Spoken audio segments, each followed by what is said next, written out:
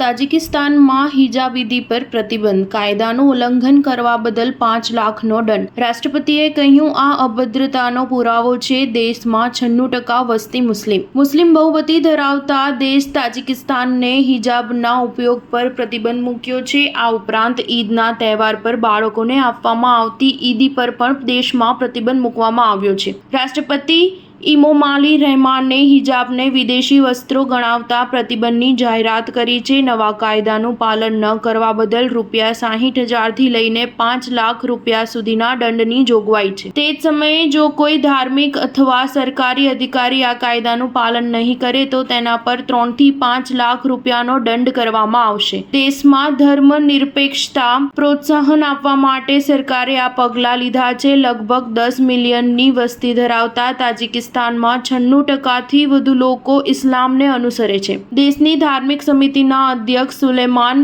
દવલતજોડાએ જણાવ્યું હતું કે ઈદ પર પ્રતિબંધ મૂકવાનો નિર્ણય નકામા ખર્ચને રોકવા, બાળકોની સુરક્ષા અને શિક્ષણ પર ધ્યાન વધારવા માટે લેવામાં આવ્યો છે. હિજાબ પર કડક કાર્યવાહી 2007માં શરૂ થઈ હતી, જ્યારે તાજિક શિક્ષણ મંત્રાલયે વિદ્યાર્થીઓ માટે ઇસ્લામિક કપડાં અને પશ્ચિમી શૈલીના મિની સ્કર્ટ બંને પર પ્રતિબંધ મૂક્યો હતો.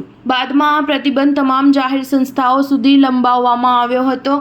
આ પછી સરકારે તાજિકિસ્તાનના કપડાં અને વસ્ત્રોને પ્રોત્સાહન આપવાનું શરૂ કર્યું. આ માટે દરેક ઘરે ફોન કોલ દ્વારા મેસેજ મોકલવામાં આવતો હતો. તાજિકિસ્તાન ઉપરાંત કઝાકિસ્તાન, અઝરબૈજાન, કિર્ગિસ્તાન અને કોસોવો જેવા મુસ્લિમ બહુમતી દેશોએ પણ શાળાઓ, યુનિવર્સિટીઓ અને સરકારી કચેરીઓમાં હિજાબ અને બુરખા પહેરવા પર પ્રતિબંધ મૂક્યો છે. સ્ટાર ન્યૂઝ 7 હંમેશા સચ્ચાઈની સાથે.